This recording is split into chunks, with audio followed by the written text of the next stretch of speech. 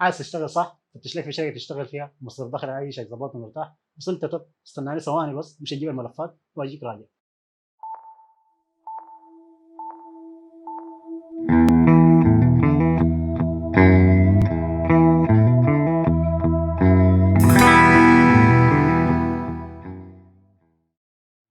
السلام عليكم شفاته معلمين جامدين صامدين ان شاء الله كويسين. انت ما جيت تشوف الفيديو ده الا لانك بجد جنيتك وفاهم ما في شغل في السودان مسبب لك اكتئاب مش نفسي، ده اكتئاب فلكي ذاته.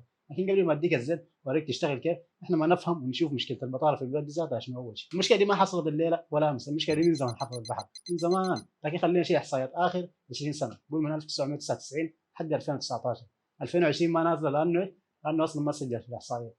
فلو لاحظت بتلقى نسبه الاحصائيات بتاعت نسبه العطاله كانت ما بين 13% و16%، واخر نسبه كانت 13% سجلت في سنه 2019. وبالمناسبه الرقم ده ما رقم صغير، يعني لو قلنا 13% من 40 مليون نسمه نسبه تعداد سكان السودان، انت عندك حوالي 5 مليون ونص سوداني عاطل. بقول لك كيف بالرقم الهائل ده كله شركاتنا البسيطه دي تقدر تشغل الامه دي كلها.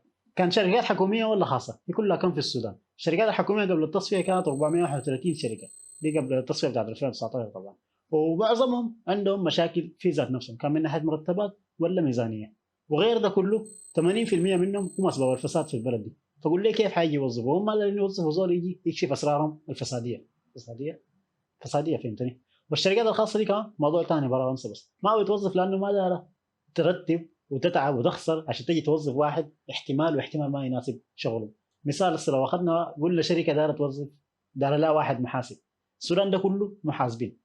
فالشركات ما دايره تجي بجد تتعب وتخسر وتنظم وترتب للمقابلات ويدفعوا دم قلبهم ويدفعوا قروش للامه دي كلها اللي قدمت عشان يجي يصفون في الاخير ويوظفوا محاسب واحد يناسب بها شغلهم. فشغله التوظيف دي ما شغله هنا، بجد فعلا مكلفه ومعقده. الشركات الكبار ذاتهم بيكون عندهم قسم خاص نسميه قسم التعيين او بمصطلح ثاني نسميه قسم الموارد البشريه. والشركات الصغيره ما حتخد نفسها في وضع زي ده لانه لازم تدفع مرتبات للناس الشغالين في قسم الموارد البشريه دي. فبقوموا يسووا شنو؟ بيستعينوا بمصادر تعيين خارجيه او زي ما بنسميها نحن مكاتب الاستخدام. فهنا يا دوب الغربله والفهم ما كويس حيطلع. قول لي كيف؟ مكاتب الاستخدام احنا ما اخذتين فيهم الصيغه، ما بنصرف فيهم لانه الناس دي بجد مواسير. مواسير طبعا مواسير. المهم الناس دي بيشتغلوا خارجيا اكثر ما بيشتغلوا داخليا، يعني بيشتغلوا لشركات خارجيه وبمبالغ وغدرها. وبسبب ده معظم الشركات بقت تعين بواسطه والسمعه. فدي كلها سلبيات بسببها حصلت مشكله البطاله. وانا ما هبشت كثير بالمناسبه دي، يعني جزء بسيط من السلبيات. لكن خلينا نشوف الايجابيات. لو قلنا للجد البلد فيها خير وفيها كل شيء، في 400 مليون و300 الف شغله. عندك الاحتياجات الاساسيه دي، الاحتياجات الاساسيه اللي محتاجها البني ادم اليوميه دي كلها باعتبارها شغله. يعني اي شغله في السوق الحالي لو فكرت فيها بتلقى فيها مشكله ودار حل، كان من ناحيه نظام ولا وفره. وانت من هنا ممكن تربط الحاجات دي بمجالك بهوايتك وتشوف لها حل، وفي نفس الوقت يكون شنو عندك عائد منها وحليت مشكله واستفادت منها الناس. فدي كلها شغلانيه سهله الواحد ممكن يربطها بمجاله بهوايته. انا ما اقول لك سهله شديد، لكن ممكن الواحد يربطها بمجاله او هوايته ويشوف لها حل باقل ما يمكن، وفي نفس الوقت يطلع منها بعائد ويكون حل للناس مشكله. فهم ما في شغل في البلد وحكومه ما بتوظف، ده حنك شماعه ساعه احنا شنو متعلقين به من زمان. يعني بصراحه كده لو قمنا للجد دي اعذار احنا تربينا عليها، ما حنقدر نشتغل. تربينا على اعذار عشعشت في انخاخنا. احنا كسودانيين احنا بنقرا وبنشيل شهادتنا عشان نشتغل لزول ما حصل، ولا بنفكر انه نكون نحن اسياد الشغل قبل ما نمشي نفكر ونشتغل لزول. ليه نحن ما نعمل شغلنا بنفسنا ونشغل ناس؟ انت كل الدايره انك شنو تشوف بجد مجالك شنو او بتحب تعمل شنو او هوايتك شنو. خلي لا داير مجال لا داير عندك حاجه بتحب تعمل، يا اخي شوف هوايتك شنو واربط الحاجه دي بالمشاكل الحاليه، اربطها بالسوق. اهم شيء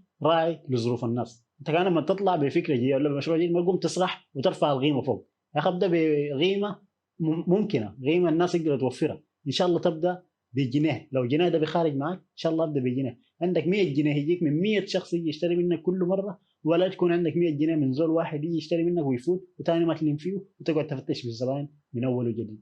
مع الزمن انت ممكن تزيد القيمه، تزيد الجوده، تزيد الفائده، ترفع القيمه. الناس ما بتمانع انت لما يكونوا مستفيدين منك واصلا مشترين صح قيمه، مشترين منك جوده، ما بيمانعوا يدفعوا لقدام. بس انت ثبت البيز بتاعك، جيب الزباين اول شيء. وغير ده كله السوداني معروف، السوداني لما يجي يلقاك انت عامل فائده للناس، ده مش يشتري منك بس، ده بيجي يتبرع لك لله بالله صحيح عشان انت شنو تكبر مشروعك ده وتزيد الفائده وتعين للناس. وامثله للمشاريع ممكن تكون حاجه كبيره في المستقبل، عندك مثلا زي التعليم.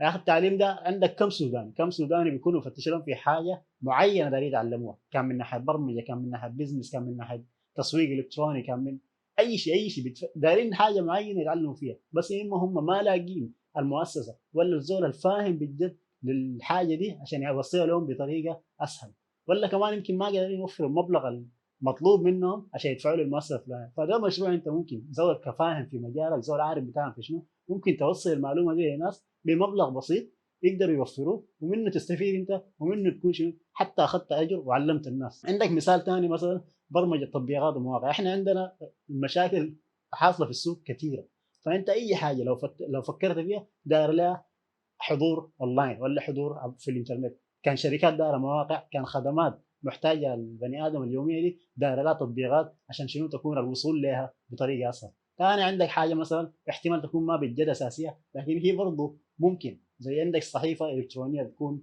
تنزل خبر اليوم باليوم، سامعني، خبر اليوم باليوم، وتكون موثوقه بعد ده. يعني احنا عندنا الخبر بينزل الليله بتلقاه في الاونلاين بعد 7 6 ايام، بعد 7 6 ايام، ويا ريت لو بالعربي ولا في مواقع احنا السودانيه، ما بنلقاه في مواقع، بتلقاه في مواقع امريكيه مثلا زي نيويورك تايمز ولا غيره وغيره وغيره، وبالانجليزي هناك. ليه احنا بننزل اخبارنا بيدنا بمواقعنا وتكون موثوقه والناس عارفين الموقع ده بجد بنزل اخبار موثوقه. فدي امثله بس لمشاريع، لكن لو انت عايز تعرف عن المشاريع دي بطريقه اكثر وبالتفصيل بالاضافه لمشاريع ثانيه، في فيديو في القناه دي اسمه 10 مشاريع ممكنه في السودان، فممكن ترجع له وتشوف المشروع اللي بيناسبك المناسب مجالك. انا بخلي لك الرابط بتاع الفيديو في الوصف تحت في الديسكربشن، ممكن ترجع له. فالمهم انت ما عليك الا تربط المشروع بالواقع، حتى ولو كان مشروع صغيروني، انت ما عليك الا تبدا بس، ولما تبدا حتعرف حتقوي نفسك وين، ولا داير تكبر المشروع وين، وتضيف حاجات عليه. ومن هنا انت حتخد يدك في اي حاجه لها علاقه بالمشروع. بس انتبه انتبه انتبه، ما تكون زول مشتت وعايز تعمل اي حاجه في نفس الوقت.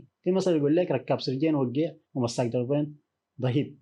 المثل ده فعلا بجد صحيح، انت لما تكون زول مشتت وعايز تعمل اي حاجه في نفس الوقت، فمن الافضل انت تركز وتتعلم الحاجات اللي لها علاقه بالمجال وتتعمق في المجال افضل. انت كل ما تركز وتتعلم في المجال افضل بتفهم افضل وبتكسب خبره افضل، وممكن بعد ذاك تشوف ده تربط المجال ده بالمجالات الثانيه، انت كده لا اراديا حتكتسب خبره في المجالات دي بدون ما اصلا تركز فيها، وشويه شويه حتتعلم من المجالات دي. يعني لو انت هسه قول شخص بتاع هندسه، ولا فلنفرض هندسه برمجيات، ممكن تخش في التصميم والجرافيك، من هنا انت حتبدا اكتر. ممكن بعد ذاك تخش في اداره المشاريع عشان تقدر تدير مشاريع برمجيه لقدام.